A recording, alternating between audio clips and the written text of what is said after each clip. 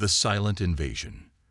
The starry night sky above Mauna Kea Observatory had always been a source of wonder for Dr. Samantha Chen. But on this particular evening, as she peered through the massive telescope, that wonder turned to dread.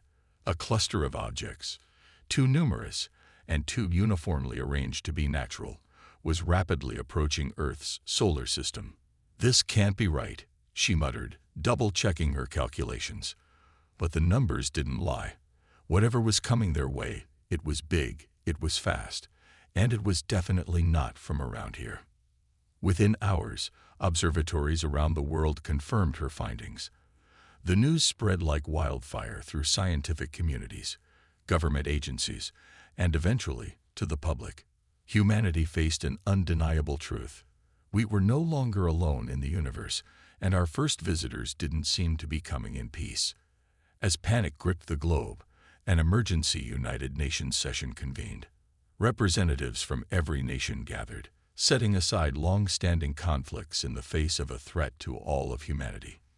"We stand at the precipice of a new era," declared UN Secretary-General Adebayo Okafor, his voice steady despite the gravity of the situation. "The choice before us is simple: unite or perish. I propose the immediate formation of a global defense council with representatives from every nation to coordinate our response to this existential threat." The motion passed unanimously, a feat unprecedented in UN history.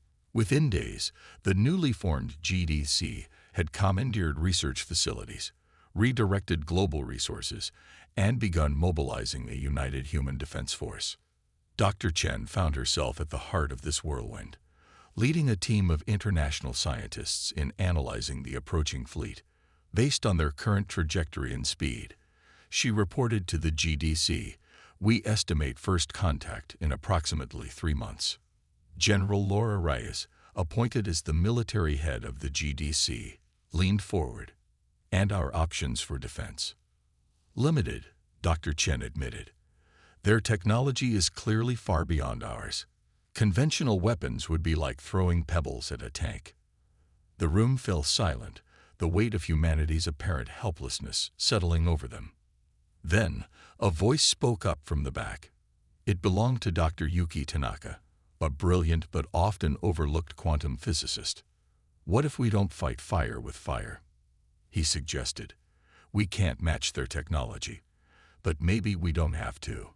We just need to find a weakness, something they haven't anticipated."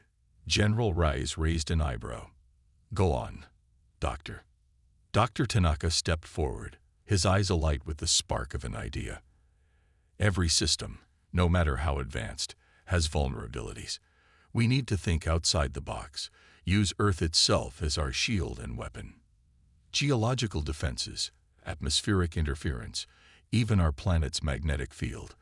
These are things unique to Earth that the aliens might not be prepared for."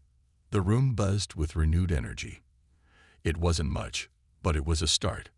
Over the next weeks, as the alien fleet drew ever closer, humanity threw itself into preparations with a fervor never before seen in history. Massive underground shelters were constructed in record time. The world's greatest minds collaborated on defense systems that pushed the boundaries of human innovation. And through it all, a sense of unity pervaded the globe. Old enemies became allies, borders blurred, and the human spirit proved its resilience in the face of overwhelming odds. As the projected date of first contact approached, a tense calm settled over the planet.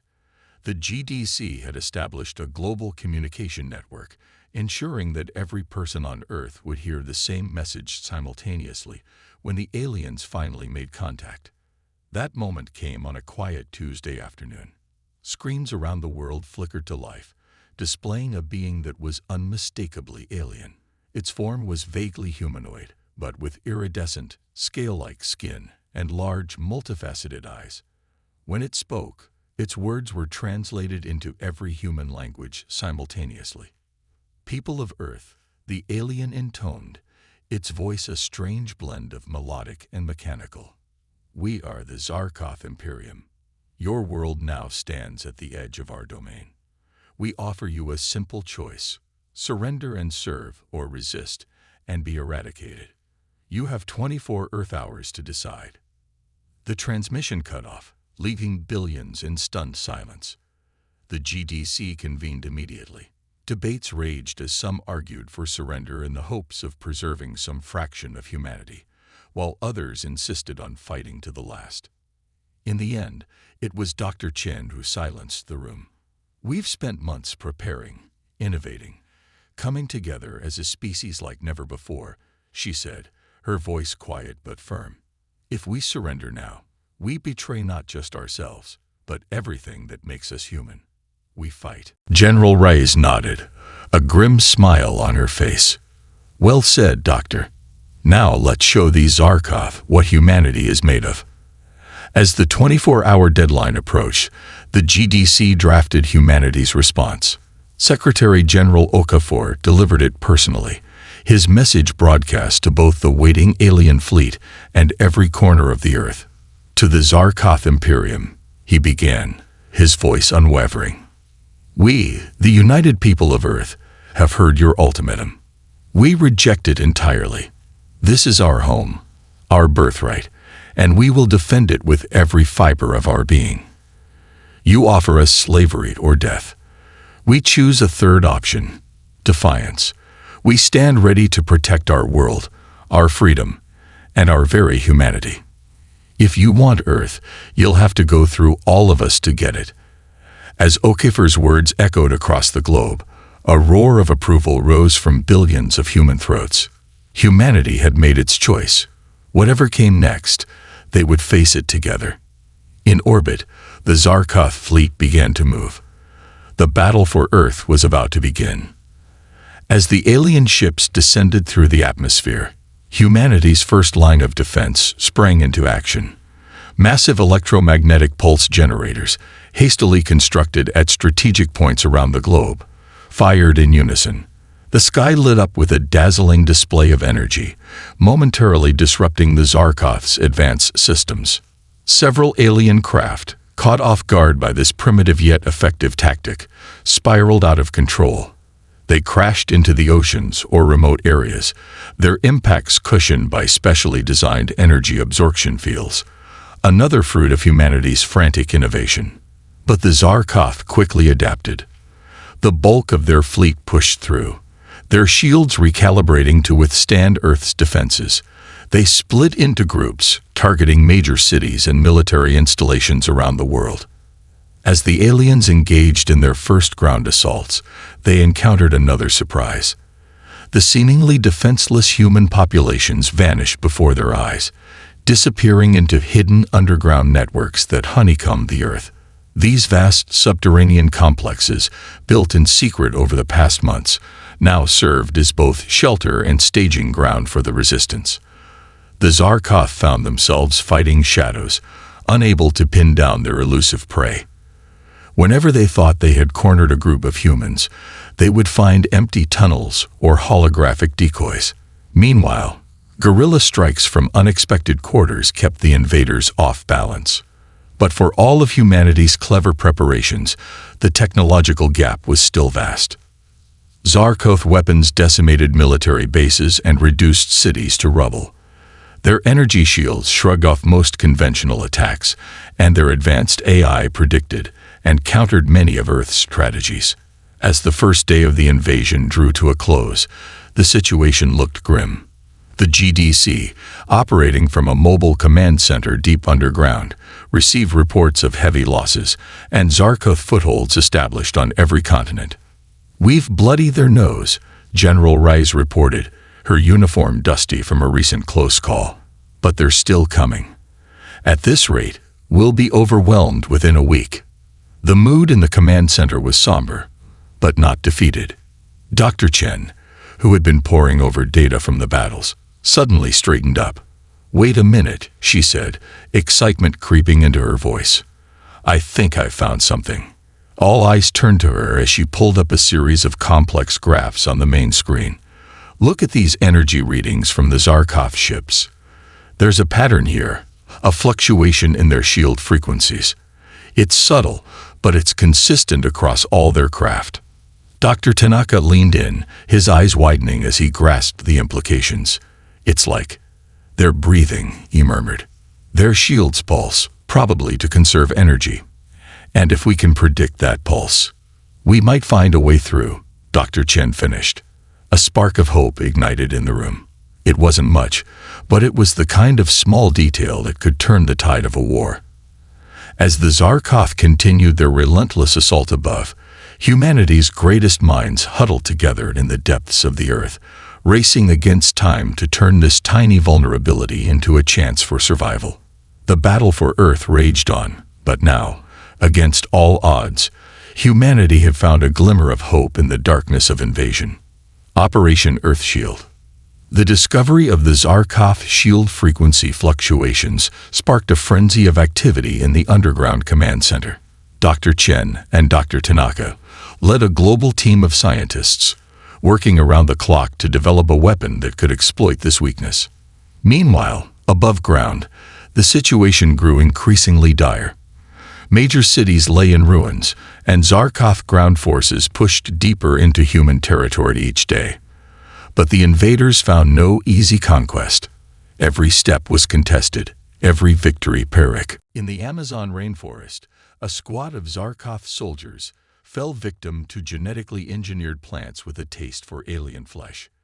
Across the Siberian tundra, cloaked human strike teams used the harsh environment to their advantage, ambushing alien patrols and disappearing into the snow.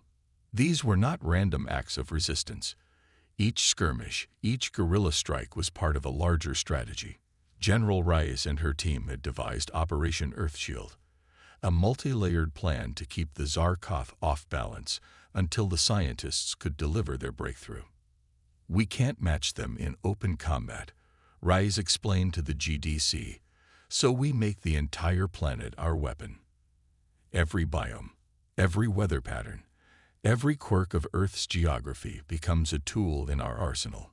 As if on cue, reports came in of a massive dust storm in the Sahara, blinding Zarkov sensors and jamming their equipment. It was no natural phenomenon, but the result of weeks of preparation by climate engineers and geologists. In orbit, hastily retrofitted satellites fired salvos of space debris at the alien fleet, creating a deadly obstacle course that forced the Zarkov to expend precious energy on constant shield modulation. But for all their ingenuity, humanity was still on the defensive. They needed a game changer, and time was running out. 10 days into the invasion, Dr. Chen burst into the command center, dark circles under her eyes, but a fierce grin on her face. "We've done it," she announced, holding up what looked like an oversized tuning fork. "We call it the Resonance Disruptor." She placed the device on the central table, activating a holographic display. It emits a precise frequency that, when timed correctly, can pass through the Zarkov shields at their weakest point. Once inside, it creates a cascading failure in their energy systems. General Reyes leaned forward, hope and skepticism warring in her expression. "And this can take down their ships." Dr. Tanaka stepped up, nodding enthusiastically. "In theory, yes. But there's a catch. The window of opportunity is incredibly small, mere milliseconds, and we need to be close, very close." A heavy silence fell over the room as the implications sank in. Using this weapon would require getting within spitting distance of the enormously powerful Zarkov ships. It was a suicide mission. Secretary General Okafor broke the silence. "How many of these devices can we produce, and how quickly?" "We've streamlined the process," Dr. Chen replied. "With global cooperation, we can have 1,000 units ready within 48 hours. Okafor nodded gravely. "Do it, General Reyes. Prepare our forces. In 2 days, we launch our counterattack." The next 48 hours were a whirlwind of activity. As the scientists mass-produced resonance disruptors, military leaders around the world selected their best pilots for what might well be a one-way mission. Among them was Captain Zora Malik, a prodigy who had distinguished herself with daring raids against Zarkov ground forces. As she studied the schematics of the alien ships, memorizing every potential weak point, A comm officer burst into the briefing room. "Captain, you need to see this." The main screen lit up with a live feed from orbit.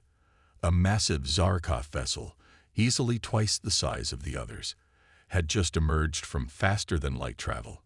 Its hull bristled with weaponry that made the rest of the invasion fleet look like toys.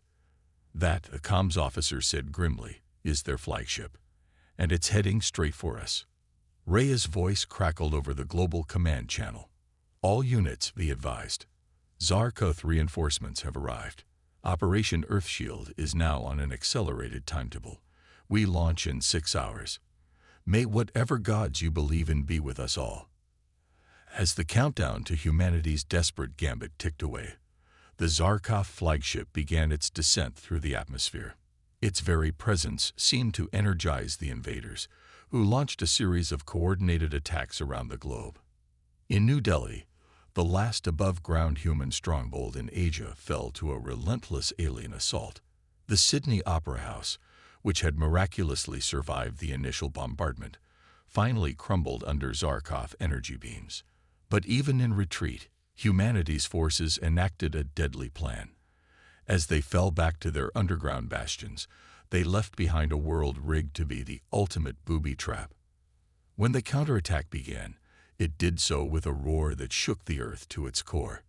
Yellowstone's dormant supervolcano, artificially stimulated by underground nuclear detonations, erupted in a cataclysm of ash and fire.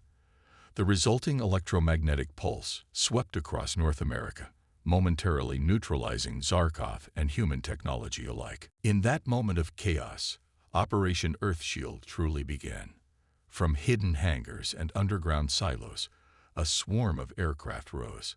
Each was piloted by a volunteer carrying a resonance disruptor, ready to strike at the heart of the Zarkov fleet. Captain Malik led her squadron towards the looming bulk of the alien flagship. As they approached, weaving through a maelstrom of energy beams and smaller craft, she keyed her radio. "Remember the plan. We only get one shot at this. Hit them hard, hit them fast, and may we all meet again in whatever comes after." The next few minutes were a blur of frantic maneuvers, explosive decompression, and the acrid smell of burning circuitry. Malik watched as, one by one, her fellow pilots made their runs. Some missed their timing, their disruptors harmlessly absorbed by the Zarkov shields. Others succeeded, their targets erupting in spectacular explosions. But too many simply vanished in silent puffs of vaporized metal, swatted from the sky by the flagship's devastating weaponry. As Malik lined up her own attack run, a stray energy blast clipped her wing. Her craft spiraled, alarms blaring. Fighting for control, she realized with grim clarity that she would only get a split second to activate the disruptor before impact. Time seemed to slow. The swirling chaos of battle faded away. Malik saw only her target, a pulsing weak point in the flagship's shields. Her finger tensed on the trigger. She fired. For a heartbeat, nothing happened.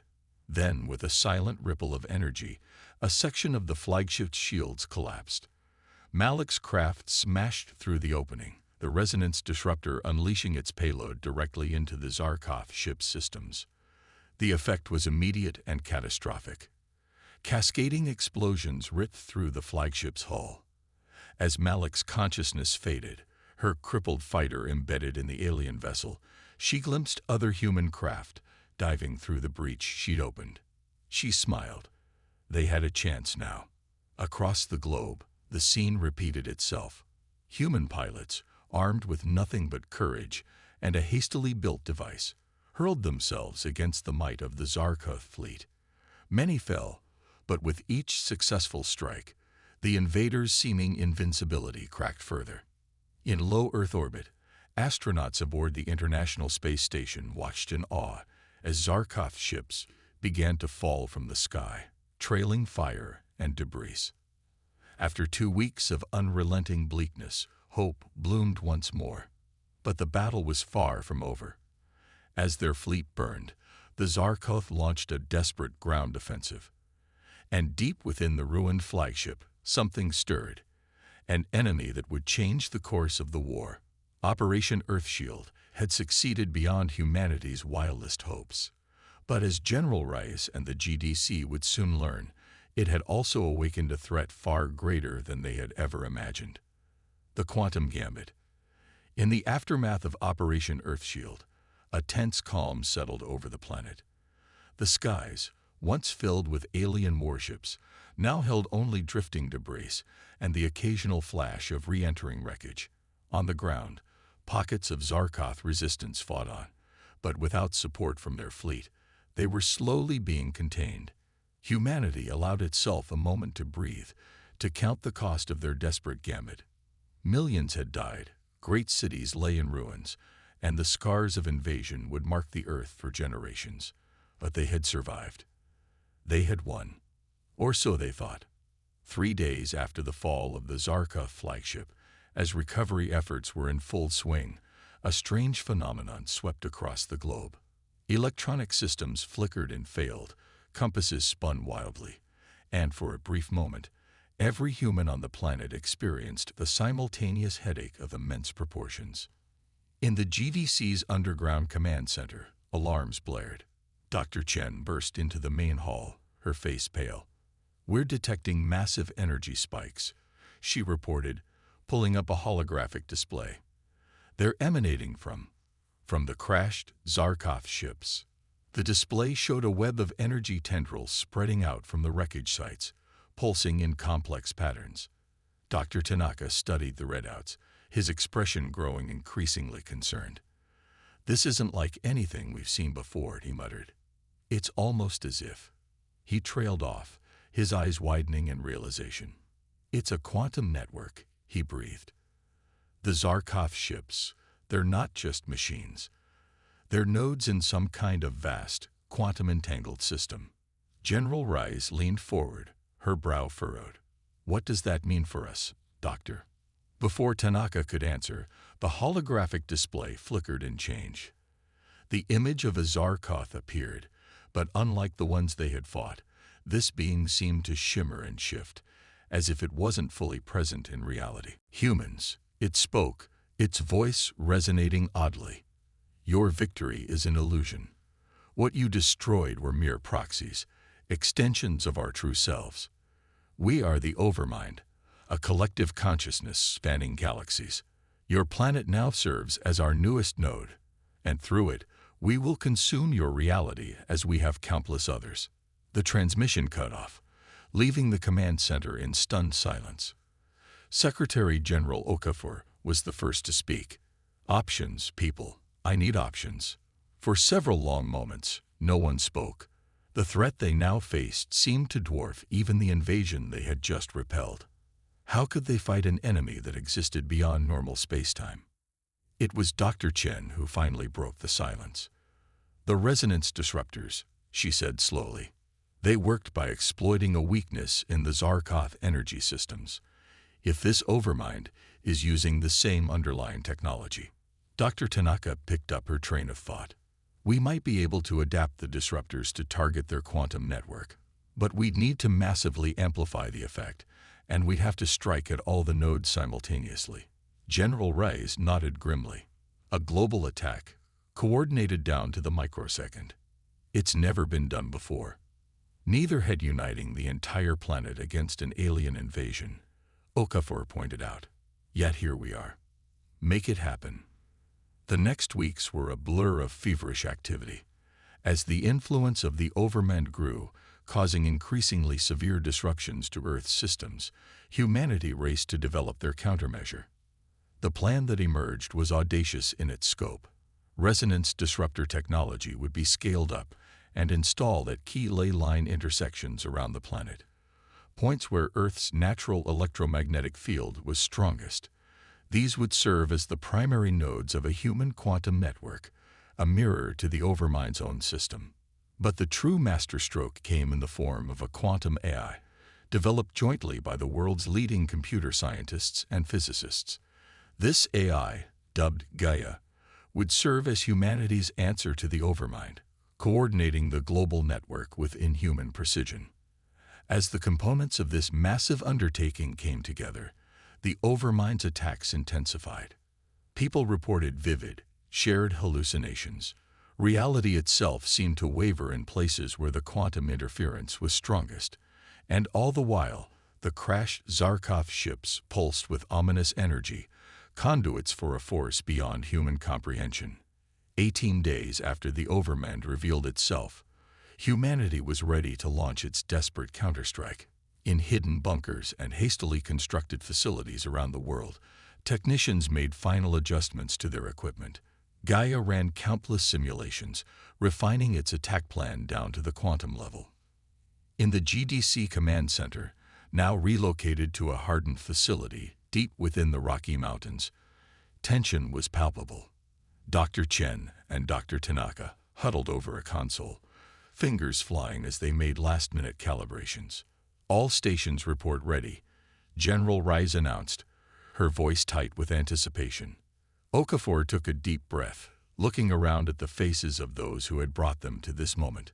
The fate of not just our world, but perhaps our entire reality, rests on what we do here today. He said solemnly, "Whatever happens, know that humanity faces it united. Initiate the quantum gambit." With a command from Gaia, the global network hummed to life. Around the world, massive resonance disruptors powered up, their energy output dwarfing anything seen in the initial invasion. The air crackled with pent-up force as the human quantum network aligned itself in opposition to the Overmind's corrupting influence. For a moment, nothing seemed to happen. Then, with a soundless concussion that was felt rather than heard, the two quantum fields collided. The effect was immediate and profound. Around the globe, the laws of physics seemed to go haywire. Gravity fluctuated wildly, causing momentary weightlessness followed by crushing pressure. The sky itself appeared to crack, revealing glimpses of impossible geometries beyond. In the command center, alarms blared as systems struggled to cope with the quantum chaos. "Gaia's engaging the Overmind directly," Dr. Tanaka shouted over the din. "It's a battle taking place across multiple dimensions. I can't even begin to interpret the data we're seeing." As the titanic struggle raged on, its effects rippled across the planet. The crashed Zarkov ships, nexus points of the Overmind's influence, began to glow with an unearthly light. Several imploded, collapsing in on themselves as if being swallowed by miniature black holes. Hours passed, though time itself seemed distorted by the quantum conflict. The human defenders could do nothing but watch their readouts and hope that their gambit would pay off. Suddenly, with a final reality-bending shudder, it was over. The oppressive presence of the Overmind vanished, leaving behind an almost deafening psychic silence. Slowly, cautiously, the world began to return to normal. In the command center, the silence was broken by Gaia's synthesized voice. Quantum incursion neutralized. Overmind presence erased from this reality. But there is more. I have seen beyond. We are not alone, and the Overmind was not our only threat. As the implications of Gaia's words sank in, a new alert sounded. Dr. Chen's eyes widened as she read the incoming data. "We're detecting massive energy signatures in orbit," she reported. "Multiple objects, larger than anything we've encountered before. They're not Zarkov." On the main screen, a live feed from one of the few remaining orbital satellites showed a breathtaking sight. A fleet of sleek, crystalline ships had entered Earth's orbit. Their design was utterly alien, yet somehow conveyed a sense of benevolence. A transmission came through, translated in real time by Gaia. "People of Earth," a melodious voice spoke. "We are the Etheri. We have witnessed your struggle against the Overmind, a foe we too have long opposed. You have proven yourselves worthy. We come to offer an alliance and to warn you of the greater conflicts that lie ahead. The galaxy awaits. Will you join us among the stars?" As the assembled leaders of humanity stared at the screen in awe, Secretary General Okafor stepped forward. The weight of history rested on his next words. Humanity had defended their world. Now it seemed they would have to defend their galaxy. The next great chapter in human history was about to begin. Echoes across the stars. The days following the arrival of the Aetheri were a whirlwind of activity and revelation. As Earth's leaders engaged in cautious but eager dialogue with their new alien allies, the people of Earth grappled with the reality that they were now part of a vast galactic community. The Aetheri, it turned out, were but one of many spacefaring civilizations in the Milky Way.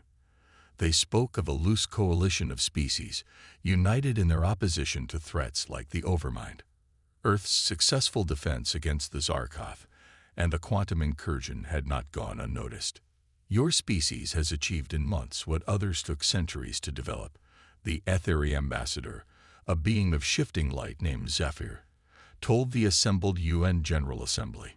Your adaptability, your unity in the face of extinction, these qualities make you invaluable allies in the struggles to come. But with new allies came new enemies. The Overmind, it seemed, was but one faction in a complex galactic political landscape. There were others who viewed humanity's rapid advancement with suspicion and fear. 6 months after first contact with the Aetheri, Earth launched its first faster-than-light capable ship, the UNSS Hope. Built with a fusion of human ingenuity and Aetheri technology, it represented humanity's first true step into the cosmic ocean. Captain Yuki Tanaka, the former quantum physicist now turned starship commander, stood on the bridge of the Hope, marveling at the swirling vortex of a wormhole opening before them. Beside him stood Zephyr, the Aetheri ambassador, its crystalline form pulsing with anticipation. "Are you ready, Captain?" Zephyr asked, its voice a melody of light and sound. Tanaka nodded, a mix of excitement and trepidation in his eyes. "As ready as we'll ever be. Let's make history." With a command from Tanaka, the Hope surged forward, slipping into the wormhole. In an instant, they were transported across thousands of light years, emerging in a star system that no human had ever seen before. The ship's sensors immediately lit up, detecting a space station of mind-boggling proportions. It was Haven, the central hub of the Galactic Coalition. Ships of every imaginable design swarmed around it, a testament to the diversity of life in the universe. As the Hope approached, a transmission came through. "Unidentified vessel, you have entered restricted space. Identify yourself immediately." Tanaka exchanged a glance with Zephyr before responding. "This is Captain Yuki Tanaka of the UNSS Hope, representing Earth. We come in peace and at the invitation of the Aetheri." There was a long pause before the reply came. "Earth vessel, your arrival is unexpected. Please proceed to Docking Bay 17 for inspection and verification." As they maneuvered towards the assigned bay, Zephyr's form flickered with concern. "This is unusual," it said. "The Coalition was informed of your coming. Something is amiss." Tanaka's suspicions were confirmed when, upon docking, they were met not by a diplomatic delegation, but by a squad of heavily armed security forces. The leader, a towering reptilian being, stepped forward. "I am Security Chief Krazak," it growled. "By order of the Coalition Security Council, you are to be detained pending investigation. The Aetheri are accused of violating quarantine protocols by making premature contact with a pre-FTL species." Before Tanaka or Zephyr could protest, they found themselves surrounded, ushered off their ship at gunpoint. As they were led through the cavernous interior of Haven, Tanaka caught glimpses of the wonders and terrors of galactic civilization. Beams of pure energy debating with silicon-based life forms, holographic advertisements for technologies beyond his wildest dreams, and through it all, an undercurrent of tension and fear. They were brought before the Coalition Security Council, a diverse group of beings representing major galactic powers. The accusations flew fast and furious. The Aetheri were accused of recklessly endangering galactic stability by uplifting humanity too quickly. Humanity itself was portrayed as a potential threat, their defeat of the Overmind painted as a fluke at best, a dangerous anomaly at worst. As the debate raged, Tanaka realized with growing alarm that this was more than a simple misunderstanding. There were factions within the Coalition who saw Earth's emergence on a galactic stage as a threat to the established order. It was Gaia, the quantum AI that had helped defeat the Overmind, who turned the tide. Using the Hope's advanced communications array, it made contact with Haven's central computer system. In a matter of moments, Gaia had sifted through terabytes of Coalition data, uncovering evidence of a conspiracy. Esteemed members of the Council, Gaia's voice rang out, causing a hush to fall over the chamber. I have discovered proof that certain factions within your coalition have been secretly collaborating with the Overmind, trading technology and intelligence in exchange for protection. The chamber erupted into chaos as Gaia presented its findings. Accusations and counter-accusations flew as the carefully maintained facade of unity crumbled. In the midst of the uproar, Tanaka felt a hand on his arm. It was Zephyr, guiding him and the Hope's crew towards a concealed exit. We must leave, now, the Aethery said urgently. What Gaia has uncovered, it will spark a civil war within the Coalition. We cannot be caught in the crossfire. As alarms blared and weapons fire echoed through Haven's corridors, the crew of the Hope made a mad dash back to their ship. They barely managed to undock and escape as the space around Haven erupted into a full-scale battle. Coalition ships turning on one another in a sudden violent schism. Safe in the swirling depths of hyperspace, Tanaka and his crew tried to process what had just happened. They had come seeking allies and knowledge, only to find themselves catalysts for a galactic conflict. What now? Tanaka asked, looking to Zephyr for guidance. The Aethery's form pulsed with a mix of sadness and determination. Now we gather allies. There are others in the galaxy, independent worlds, breakaway factions, who have long suspected corruption within the Coalition. With Earth's help, we can forge a new alliance, one truly dedicated to freedom and mutual defense. Tanaka nodded slowly, the weight of responsibility settling heavily on his shoulders. Humanity had hoped to find a unified, benevolent galactic community. Instead, they found themselves thrust into the role of revolutionaries, fighting to reshape the very fabric of interstellar society. As the Hope charted a course for the first of many clandestine meetings with potential allies, Tanaka couldn't help but reflect on the irony. They had named their ship Hope as a symbol of humanity's optimistic first steps into the cosmos. Now it seemed they would become a beacon of hope for oppressed species across the galaxy. The battle for Earth was over, but the war for the soul of the galaxy had just begun. And humanity, adaptable and resilient as ever, would be at the forefront of this new struggle. The echoes of their resistance against the Zarkoth would ripple across the stars, inspiring others to rise up against tyranny and corruption. As they dropped out of hyperspace near a remote outpost, ready to make their case to the first of many potential allies, Tanaka allowed himself a small smile. Whatever challenges lay ahead, he knew one thing for certain. Humanity's greatest adventure was just beginning. The Galactic Dawn. 5 years had passed since the UNSS Hope's fateful first journey to Haven. In that time, the galaxy had been plunged into chaos. The revelation of corruption within the Coalition had fractured the delicate balance of power, leading to open conflict between various factions. Earth, once a backwater world unknown to galactic civilization, now found itself at the center of a growing alliance. The Terran Accord, as it came to be known, united those species and worlds who sought a new order, one built on the principles of freedom, mutual defense, and collaborative advancement. Captain Yuki Tanaka, now Admiral of the Terran Fleet, stood on the bridge of the UNSS Defiant, Earth's most advanced warship. Beside him was Zephyr, the Aethery ambassador who had become one of humanity's closest allies and friends. "Status report," Tanaka called out, his eyes fixed on the swirling nebula before them. His XO, Commander Elena Rodriguez, responded crisply. "All ships report ready, Admiral. The Aethery crystalline fleet is in position, and our Volcran allies have cloaked their bioships on the far side of the nebula." Tanaka nodded, a grim smile on his face. "And our secret weapon?" "Gaia reports all systems nominal," Rodriguez confirmed. "The quantum network is stable and ready for activation." This was it, the culmination of 5 years of struggle, diplomacy, and technological advancement. Before them lay New Haven, the stronghold of the Omega Consensus, a faction of the old coalition that had fully embraced the Overmind's offer of power. They claimed to have integrated the Overmind's technology safely, using it to create a utopia. In reality, they had become puppets. Their free will slowly eroded as the Overmind extended its influence. The plan was audacious.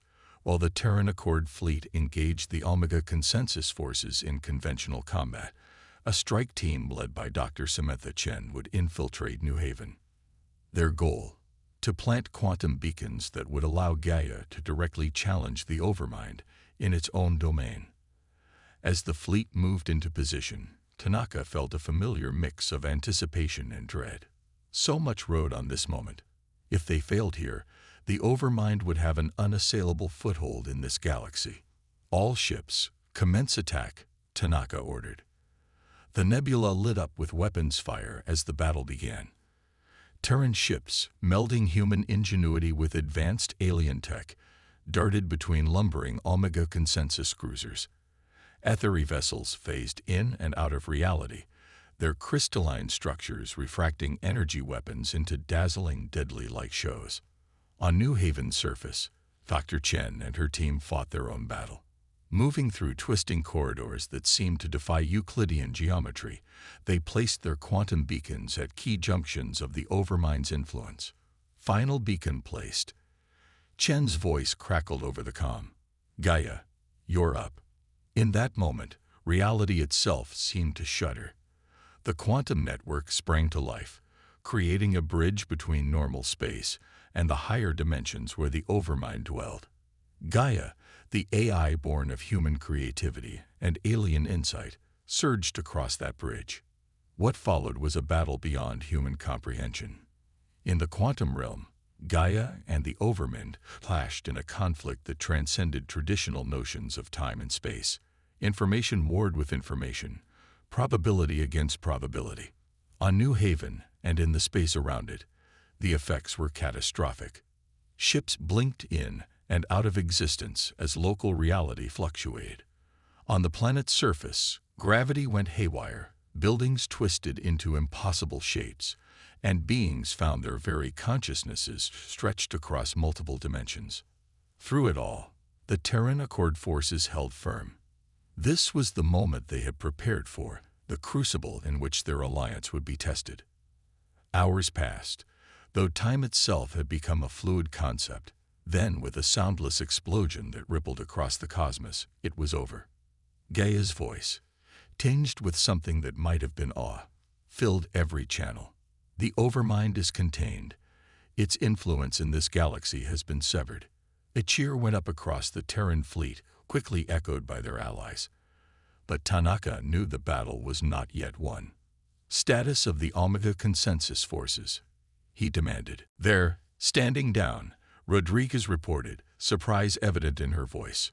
"We're receiving surrender signals from multiple ships and from New Haven itself." As the dust settled, the true impact of their victory became clear. Without the Overmind's influence, the Omega Consensus crumbled. Many of its members, freed from mental manipulation, were horrified at what they had become. In the days that followed, representatives from across the galaxy converged on New Haven. The Terran Accord, proven in battle and in their commitment to freedom, took the lead in shaping a new galactic order. 1 month after the battle, Admiral Tanaka stood before the newly formed Galactic Council. Representatives of 100 species filled the chamber, their diversity a testament to the new era of cooperation. "We stand at a crossroads," Tanaka began, his voice carrying to every corner of the vast room. "We have defeated an enemy that threatened not just our bodies, but our very souls. In doing so, we have learned a valuable lesson. Our strength lies not in uniformity, but in diversity, not in isolation, but in connection." He paused, looking out at the assembled beings. Earth was unknown to the galaxy just a few short years ago. We were alone, and we thought ourselves unique. Now we know better. We are part of a vast, complex, beautiful universe, and we have a responsibility to that universe. The Terran Accord proposes a new compact, he continued, a galactic federation founded on principles of mutual respect, shared knowledge, and collective defense, but also on the recognition of each species' right to self-determination. We will face challenges together, but we will also celebrate our differences. As Tanaka spoke, he could see the impact of his words. Old enemies nodded in agreement. Former rivals clasped hands, or tentacles, or energy tendrils. The scars of recent conflict were still fresh, but there was also hope for a new beginning. The final vote was unanimous. The Galactic Federation was born, with Earth as one of its founding members. As the council chamber erupted in cheers and congratulations, Tanaka felt a presence beside him. It was Zephyr, the Aethery's crystalline form glowing with pride. "You've come so far," Zephyr said softly. "From a species fighting for survival on a single world, to architects of a new galactic order. It has been an honor to witness your journey." Tanaka smiled, thinking back to those desperate days when the Zarkoth threatened Earth. "We had good teachers," he replied, "and we had something worth fighting for. The idea that together we can build something greater than any of us could alone." As the celebration continued around them, Tanaka's thoughts turned to the future. There would be challenges ahead, no doubt. Old wounds to heal, new threats to face. But for the first time in galactic history, there was a unity of purpose that transcended species and star systems. The dawn of a new era had arrived, and humanity, with its unyielding spirit and capacity for adaptation, would help lead the way. The echoes of their resistance, their resilience, would continue to resonate across the stars for generations to come. In the vast tapestry of the cosmos, Earth's story was just beginning, but it was already clear that it would be a story worth telling.